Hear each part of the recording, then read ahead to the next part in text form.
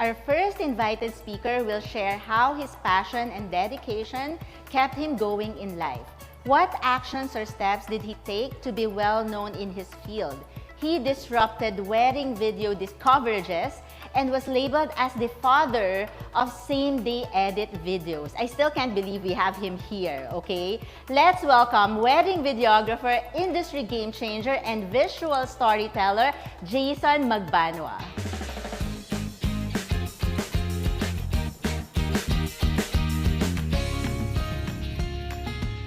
All right, guys, I'm happy to be here. Thank you so much, Pinay Girl Boss. Hey, Tina, it's an awesome pleasure to be here. Thank you so much. I'm really nervous, really. I told you I'm not very used to doing like talks like this, although I do lectures on a regular basis.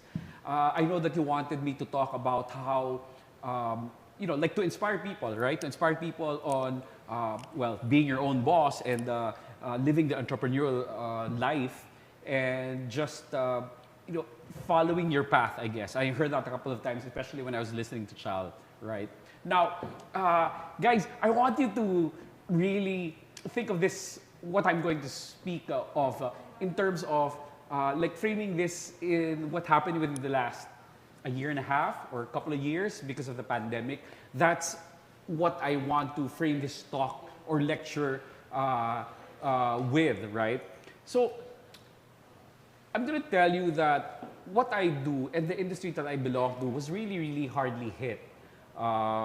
Events, really in particular, it just came to a standstill, especially when everything started, like around March of last year. It was very, very difficult, and I can imagine all the people in the events industry. I'm in the beautiful studio of Saga right now, and I'm sure they're feeling the pinch or have felt the pinch. Photographers, videographers, you have hotels, you have stylists, myself included. It was very, very difficult, especially at the first 6 to 8 months because I really didn't know what was going to happen. I'm going to tell you, because this is in a very, I feel like I'm in a safe space. Even though we're streaming the World Wide Web, it's like everybody that has access to it can listen to it. But I feel safe in the Zoom. There's a Zoom component to this. So I'm going to tell you, like, I can really just remember the time na, hey, things are locking down. I was very, very fearful. I was petrified with fear and I didn't know what to do. I remember not being able to sleep at night and just thinking, how am I going to provide for my family? How am I going to provide or help the people who are employed under me? And how am I going to do this? It was very, very difficult. So it was a lot of fear, okay? And I just realized, and I'm going to enumerate the things that I've learned over the pandemic, that it's okay to be afraid, right? It's okay to be afraid. That's why actually, when people ask me, like Pinay Girl Boss actually asked me to, hey, Jason, can you talk about how you pivoted to a different line of work or different things during the pandemic or during the lockdown? I'm always in my mind saying na parang kukunin ko ba to, tatanggapin ko ba tong invitation na to? Because yung pivot naging buzzword na yan, no? It's just left and right, always businesses, pivoting, entrepreneurship. It's become a buzzword that for me, it has lost its meaning na eh. Natatakot ako at nahihiya ako kasi like I told you, I was petrified. I was fearful. I was very, very afraid.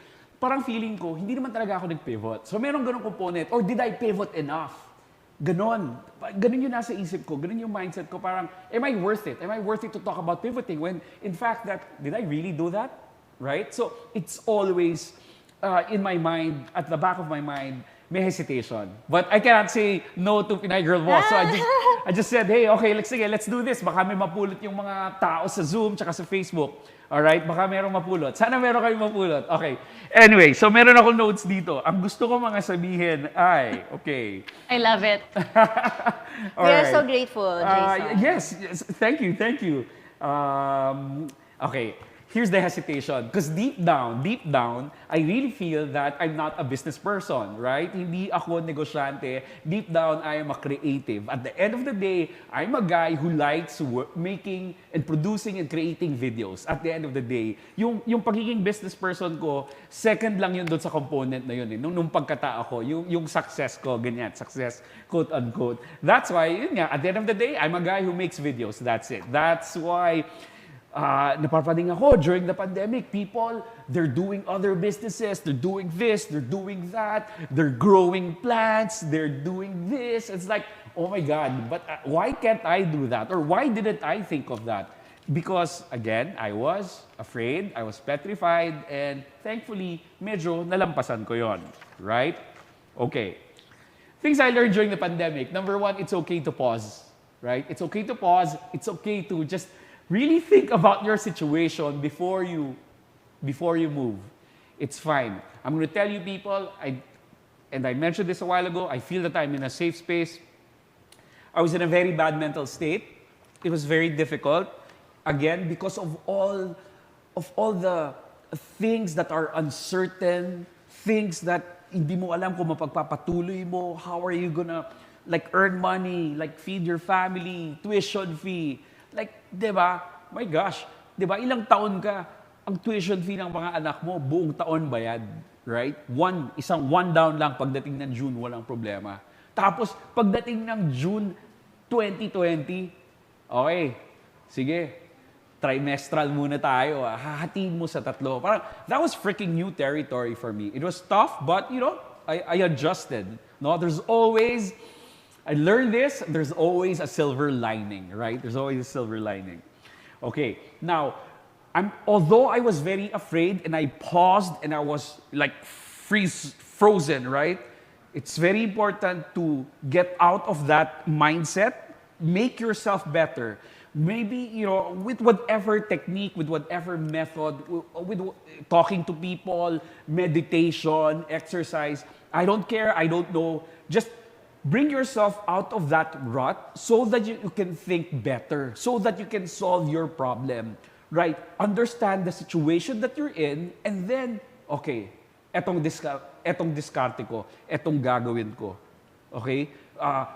Kung 175,000 pesos ang isang wedding mo dati, baka naman okay ka 75 or 100. Baka naman pwede kang gumawa ng ibang klaseng video. Right? So that was where I was coming from. In order for me to find solutions, I had to dig myself out of the hopelessness and be optimistic. So it starts with a mindset, right? It starts with a mindset, guys. All right. Okay ba yun? Ganda. Okay. So nakikita ko yung mga comments dito. Okay ako. Medyo nawawala yung kaba ko, ha? Okay. Ito, number 2, I had a very difficult time pivoting, right? Paulit-ulit ko sabihin yan. Why? Because I was so entrenched in my industry. I've been doing weddings for the longest time, 21 years already, right? And I'm freaking not young. That means that for the longest time, that's all the world that I knew. That's all the world. That's weddings.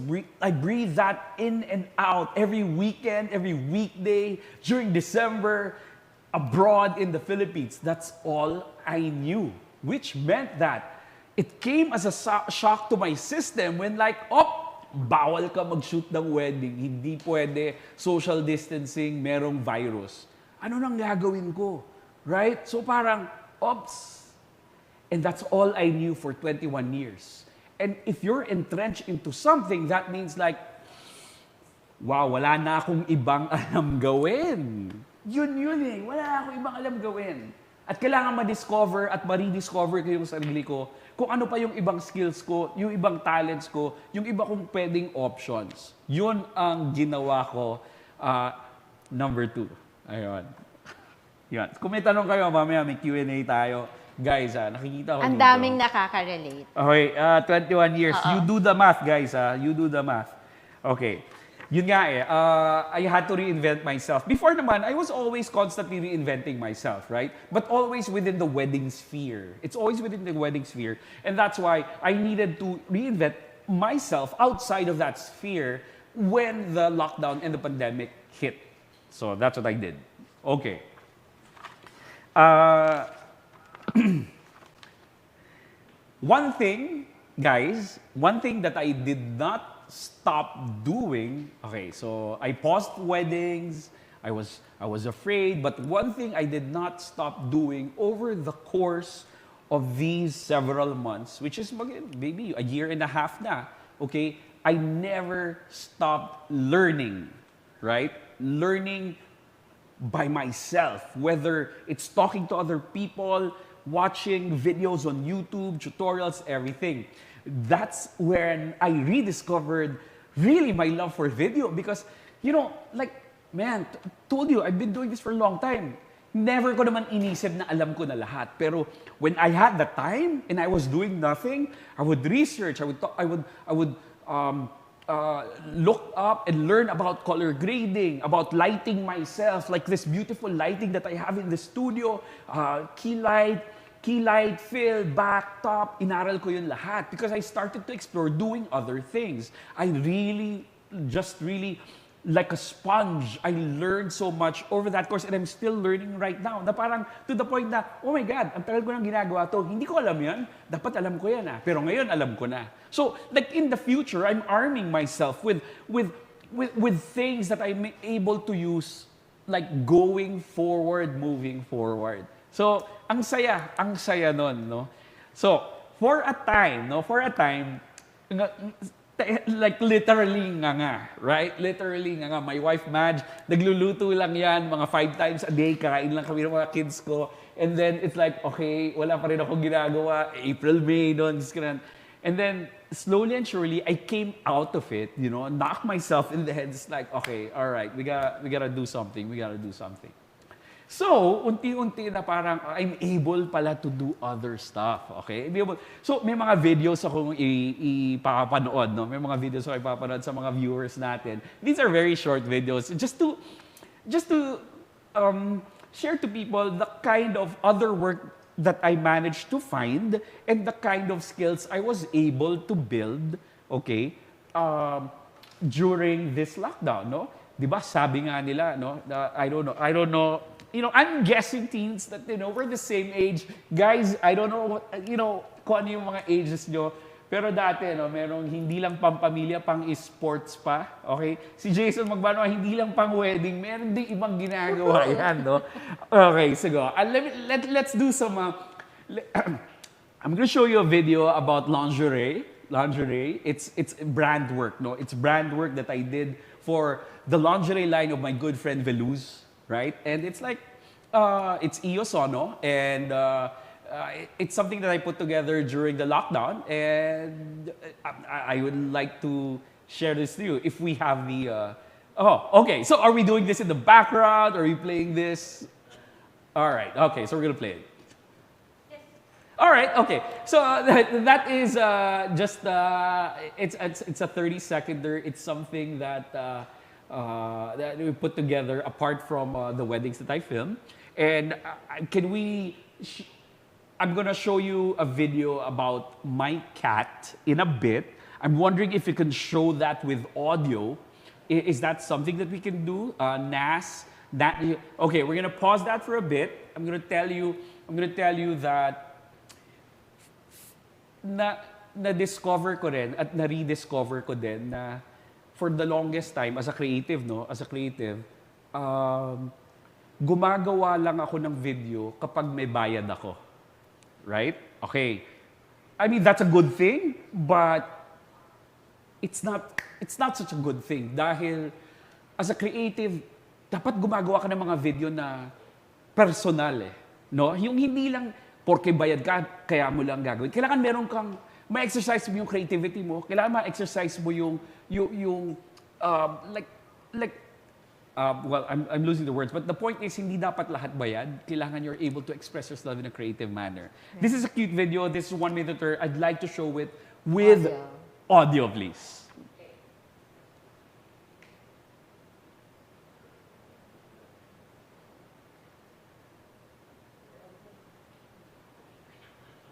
Okay, so, yeah.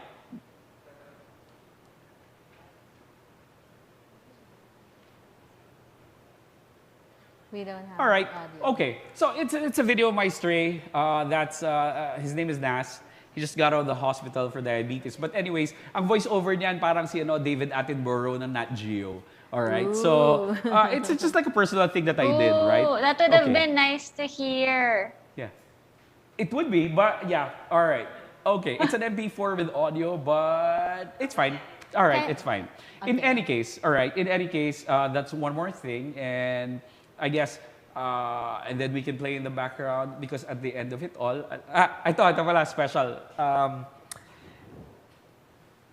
This is very embarrassing for me, guys, no? But tayo lang naman dito, no? It's very embarrassing, pero a lot of the work that's coming in is influencing work. Damn, I feel too old to even use that word, no? Influencing work. But brands have reached out, no? Brands have reached out because they feel that I have a certain an amount of following on social media, and of course that's the way that brands market now. So I'm very, very fortunate, and this is not lost on me that I've worked with brands that I like, and this has somehow really medyo naitawid niya yung 2020, 2021 ko eh. So I've worked with Uniqlo, ASUS, I've worked with Samsung for a second year already. So these are brands that have trusted me among other brands. And it's like, wow, okay ito ha. And napupuno niya yung pangarap ko nung bata ako maging artista eh. Pangarap mo ba yun? Hindi naman artista. No, I will always say this. No? We can play the Uniqlo in the background, the Uniqlo video in the background. Actually, sabi ko naman sa loob ko, ayoko naman maging bidang artista. Gusto ko lang naman yung, halimbawa, yung best friend nung bida. Yung parati, hindi naman binabatukan, pero sidekick lang. Medyo comic foil lang. So ganun lang. So, it's fun. It's fun to do those videos. I get to be creative. The brands give me leeway. And it's nice. It's nice. Ayan. And of course, at the end of the day, I'm still a wedding guy. I think I will always, forever and ever, I will be a wedding guy, right? That's what I do. That's what I love. That's what I'm known for. And I'm happy that, well, weddings are coming back. The quantity or the amount of weddings, the number of weddings are not there yet, but it's better than nothing, right? It's I was talking to Chal a while ago before she went up on stage. It's like she's part of the airline industry and she's here to make you feel better. And in some ways, I don't think we're as like right now. I think the travel industry has it worse, but the events industry is really like also in a bad shape, right? Also in a bad shape. But I think it's coming back. Bookings are coming in. Okay. Bookings are coming in, and then people are planning for late 2020, 2021, and then people are booking for 2022. So things are looking up. I hope that the trajectory is maintains, going up. And and I'm happy to be here. I'm happy to be here again, and I'm just. We have people here in the Zoom call, and I would love to entertain these questions. I'm here, and sige. Jason. Yes. Thank you for sharing. You're most welcome. I'm happy to be here. I love that I love that you said yes to us. So again, maraming salamat. And of course, thank you for allowing yourself to be vulnerable with us and telling people what you went through during the pandemic, because I think that's something that a lot of people really needed to hear, na hindi sila nag-iisa, di ba? I think so a lot of people, Oh, sorry. No, I'm just gonna say that I think it's a disservice. It's a disservice to people to present yourself as impenetrable.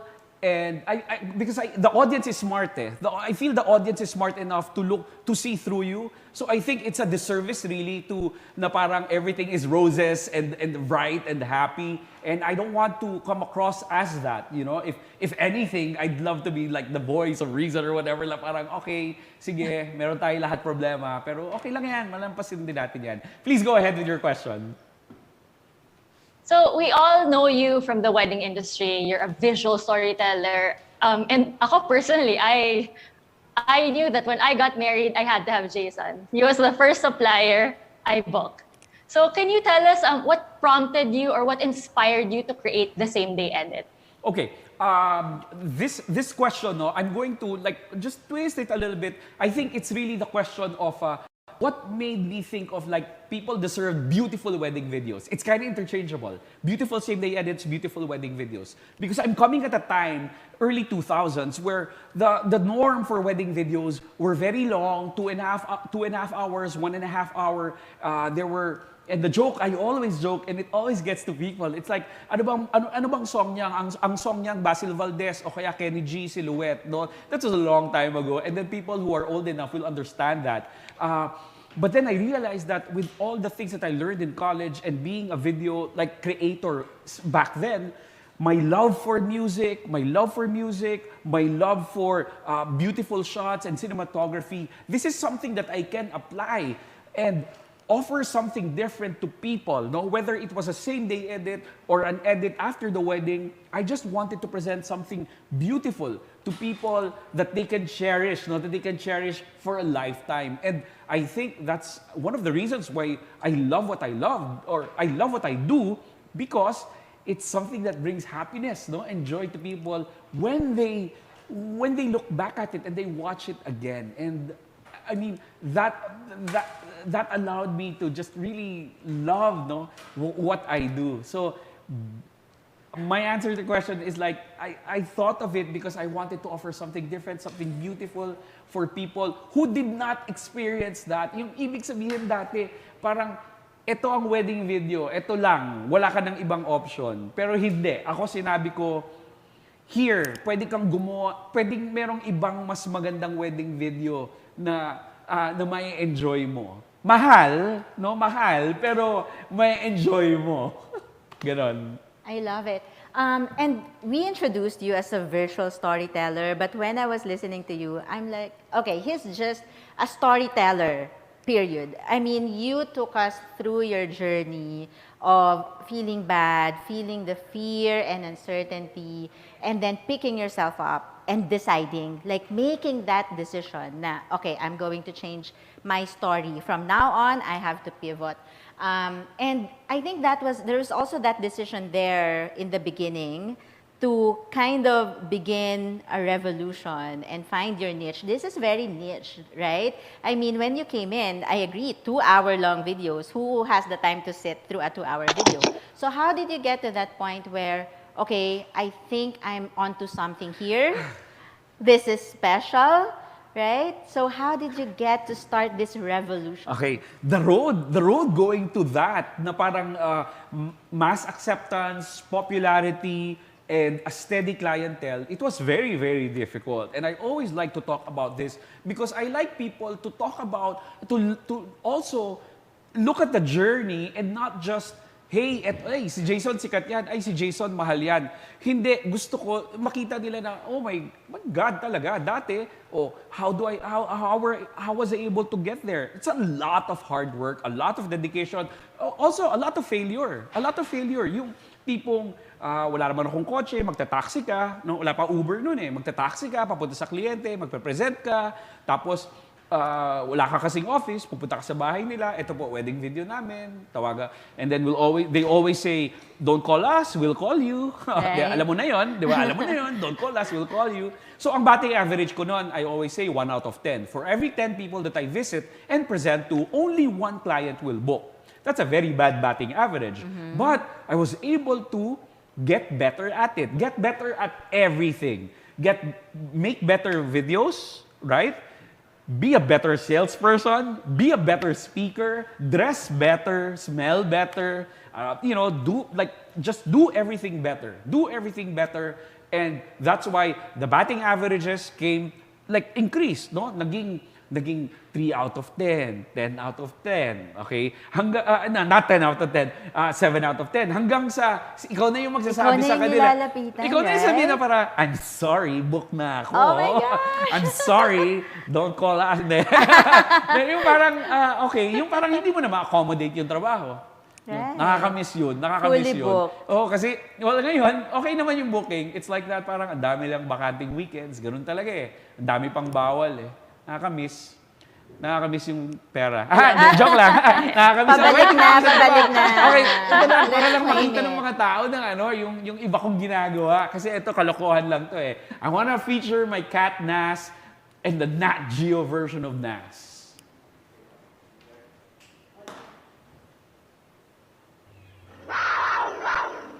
Years of experience has honed this feline into the perfect hunting machine. It is very territorial in nature, marking land areas as its own. Its acute senses able to identify prey miles away, even those in hiding. The predator gets ready for the hunt, and the scavengers wait impatiently for the carcass remains. It's been days since the last kill, and reptile is on the menu right now. The atmosphere tenses, and the whole savannah feels a palpable excitement. It is time. I hired somebody from Fiverr. There's this app. It's like To do the voice. To do the voice? And then to Akala do the ko voice. No, boses mo I eh. can't do a proper British accent. And then put it together with my cat, who is like, man, I didn't know I could love a cat because I was not a cat person. Like literally, I'm not a cat person, but I have a notebook which says I'm a cat Now person. you're a cat Yeah, person. this is just the last couple of years. So, yep. If maybe I'm good. I'm good. If there's a one last question or whatever, but yep. Thanks for having me. Thanks for having me. Max? So thank you, Jason. I think the last thing we can ask is, what can you tell people who are just starting out? Like, can you give them one advice that really worked for you in the past?